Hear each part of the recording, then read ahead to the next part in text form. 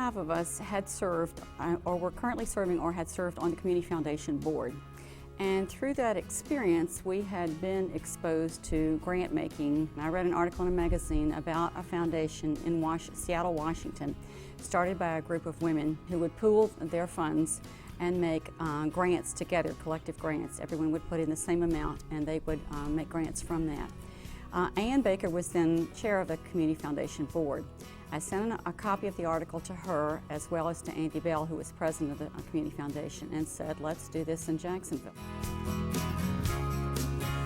We also wanted an endowment component, which most giving alliances don't have, and ours has grown tremendously, and many people have given just to the endowment. The reasons I wanted to be involved was because it was for women and girls, and not anything was going on that was just designated for women and girls.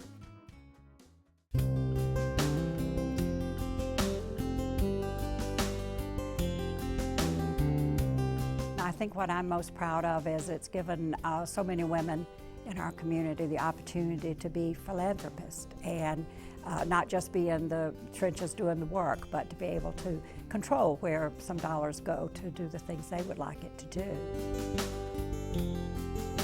One of the other benefits that we've seen is the organizations, the nonprofits that are working together, which in the past so often have to struggle for their operating dollars and their grant monies, have come together and cooperated in several of these opportunities, and it's very rewarding to see these groups, benefit from working together as opposed to being so protective of the funds that they receive.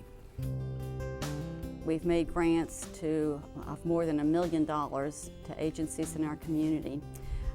It's just so significant for the community, but I think for the women that have been involved with it, what they have learned about the community, what they've learned about other women, the camaraderie that exists between the members in the Women's Giving Alliance.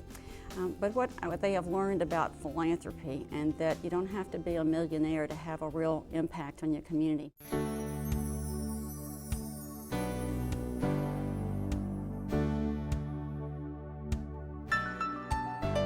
We were interested in increasing philanthropy in our community and to reaching out to women to help to educate them about what the resources were of the Community Foundation for grant making, but what we could do collectively by pooling our resources.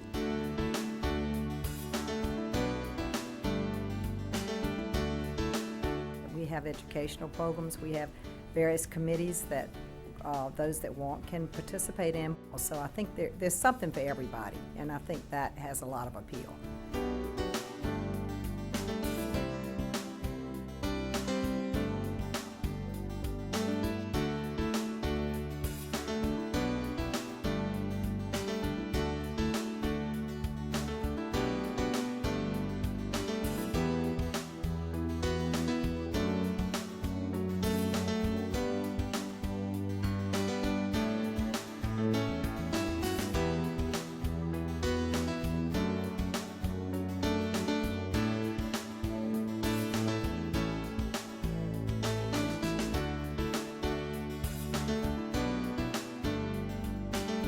Through the Women's Giving Alliance and our grant program and the research that was done related to the grant portion, I think we have become much more aware of the needs of women and girls.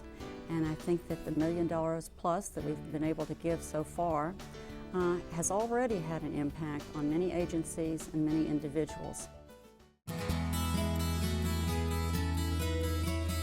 We have tremendous leaders like Sandy Cook. We have really wonderful people, and Courtney and I was sort of her cheerleader because I was there for her, but she actually became the first president and took charge, and Sandy's now doing it. And we have just really extraordinary women in the community that have been involved in the community a long time. I guess the only thing I might add would be to applaud Courtney Wilson for her taking the lead in this and doing all the investigation and follow-ups and trips, I believe, and talking to everyone that could make it possible, and recognizing that Jacksonville needed such a group. So I would like to applaud her for her efforts.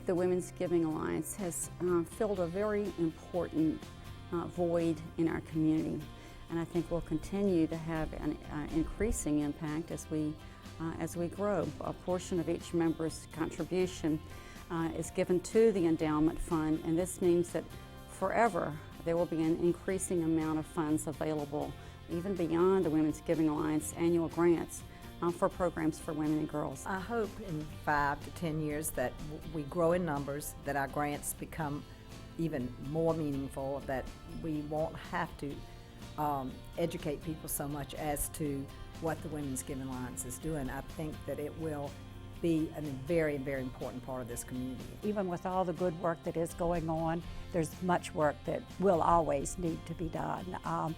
It's not like having a Super Bowl to go to and you've had a great season. The season here, I believe, is just continuous. So 20 years from now, 1,000 members contributing even more dollars.